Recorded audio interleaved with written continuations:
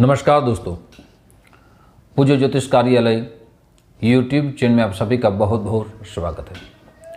दोस्तों, आज आपके सामने पंचायत देवताओं में भगवान सूर्य भगवान की पूजा कैसे करनी चाहिए। मैंने अपने अगले वीडियो में आपके सामने भगवान श्री गणेश की पूजा आप कैसे सरलता से कर सके, इसी तरह आज मैं भगवान सूर्य भगवान की पूजा आप कैसे सरलता से कर पाए पूरा विस्तार कहूँगा। दोस्तों, हर पूजा के रूम में, हर मंदिर में भगवान 5 पंचायत देवताओं की पूजा रहती है, जिसमें भगवान श्री गणेश रहते हैं, परमात्मा विष्णु भगवान रहते हैं, कुल देवी नवदुर्गा जी की हम पूजा करते हैं, भगवान सूर्य भगवान और भगवान महादेव जी, ये पंचायत देवता के 5 देवता माने गए हैं। तो आज मैं भगवान सूर्य भगवान की पूजा आप कैसे कर पाए सविस्तार कहूँगा। वैसे तो भगवान सूर्य भगवान को जीवन में मान सम्मान की प्राप्ति के लिए पूजा की जाती है। जब मान सम्मान में कमी आती है तब भगवान सूर्य भगवान की पूजा की जाती है।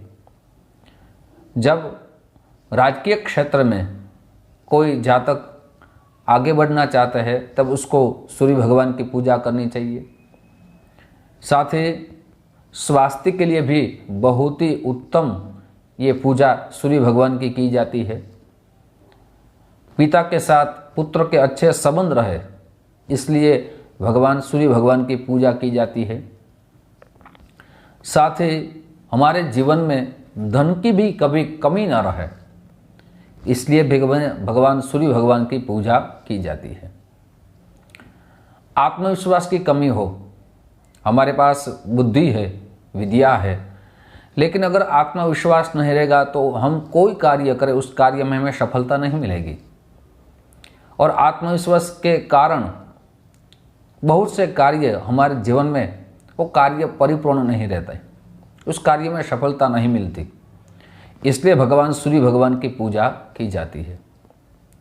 जीवन देने वाले भगवान सूर्य भगवान है, सारे ग्रहों के राजा भगवान सूर्य भगवान है, जनक माने जाते हैं। सृष्टि के जो आत्मकारक ग्रह है वो भगवान सूर्य भगवान है। पृथ्वी से जो संबंध रखते हैं और तीनों काल में जो हमारी ऊर्जा प्रदान करते हैं, वैसे भगवान सूर्य भगवान की पूजा की जाती है। दोस्तों, सूर्य भगवान है जब जन्म कुंडली में नीच भाव में रहते हैं, माने तुला राशि में रहते हैं, वैसे जातक अपने जीवन में मान सम्मान की कमी रहती है। और सप्तम भाव में जहाँ सूर्य बैठे रहते हैं, वहाँ सप्तम भाव से देखा जाए तो वहाँ सप्तम भाव को अशुभ फल प्रदान करते हैं, इसलिए वो भगवान सूर्य भगवान की पूजा करने से हमारे जीवन में वो शुभता बढ़े और सूर्य भगवान की कृपा हो। कई घरों में मैंने देखा है, कई जातकों को देखा है कि सूर्य भगवान की पूजा तो करते हैं, लेकिन उसका जो टाइम रहता है वो टाइम सही नहीं रहता। जैसे कोई 10 बजे भगवान सूर्य भगवान की पूजा करते हैं, कोई 11 बजे करते हैं, कोई 12 बजे करते हैं। आप पूरा जीवन मुझे लग रहा है सूर्य भगवान की इसी टाइम पे पूजा करेंगे, उसका फल नहीं मिलेगा। सूर्य भगवान की पूजा हमें कब करनी चाहिए?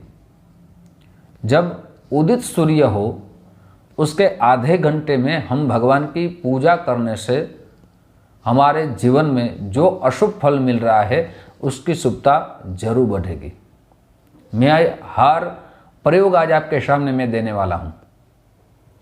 वैसे तो 15 अक्टूबर से तुला राशि में सूर्य का प्रवेश रहता है, 17 नवंबर तक।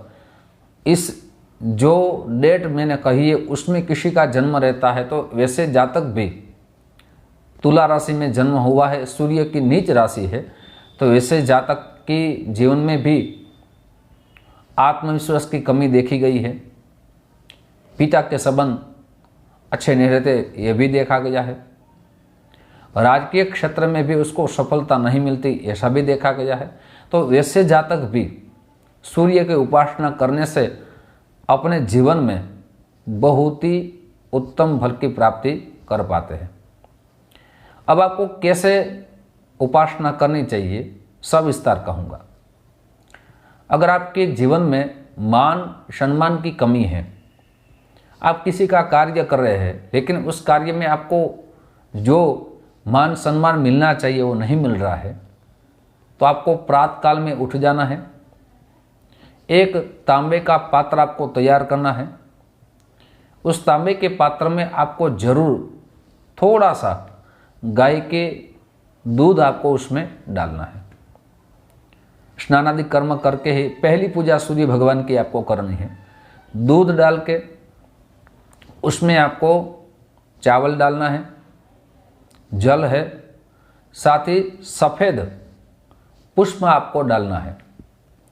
और वो जल है 4 बार सूर्य भगवान को अर्पित करना है। लेकिन ये अर्पित आपको कैसे करना है? जब भी भगवान सूर्य भगवान को ये जल अर्पित करें तब उस जल का जो प्रवाह है वो किसी भी बाल्टी में गिरना चाहिए या पात्र में गिरना चाहिए। ये जल नीचे नहीं गिरना चाहिए, वरना क्या रहता है कि हम वहाँ से चलेंगे तो अपराध करेंगे। साथ साथ आपको वो जल आपने भगवान को अर्घ्य के रूप में प्रदान किया है, वो जल तुलसी की में आपको नहीं चढ़ाना है। वो भी एक अपराध माना गया है। किसी भी वृक्ष में आप चढ़ा सकते हैं। साथ साथ स्वास्थ्य के लिए भी मैं एक उपाय देने वाला हूँ। ये प्रतिदिन आपको करना है। आपका स्वास्थ्य अच्छा नहीं रहता, आपका मस्तक उससे ज़्यादा आपको बीमारी रहती है, आपका जो माइंड है वो ज़्यादा स्ट्रॉन्ग रहता है, तब आपको क्या करना है? तब आपको सूर्य भगवान को जल तो अर्पित करना ही है, लेकिन उस जल में आपको क्या डालना है? तो आप जब भी भगवान सूर्य भगवान को जल अर्पित करें उसमें आपको लाल पुष्प जरूर डालने हैं। साथ ही रक्त चंदन उसमें आपको डालना है। अगर रक्त चंदन आपको न मिले तो रोली भी डाल सकते हैं। और भगवान सूर्य भगवान को अर्घ्य अर्पित करना है। ओम द्रोणी सूर्याय नमः, इस मंत्र से आपको भगवान को जल अर्पित करना है। कई बार ऐसा भी देखा गया है कि आदित्य हृदय स्तोत्र का पाठ करते हैं, लेकिन उनसे पूर्व सूर्य भगवान की पूजा आपको कैसे करनी है? तब आपके जो राजकीय क्षेत्र में है, जो मान सम्मान की कमी आ रही है, उसमें आपकी बढ़ोतरी होगी।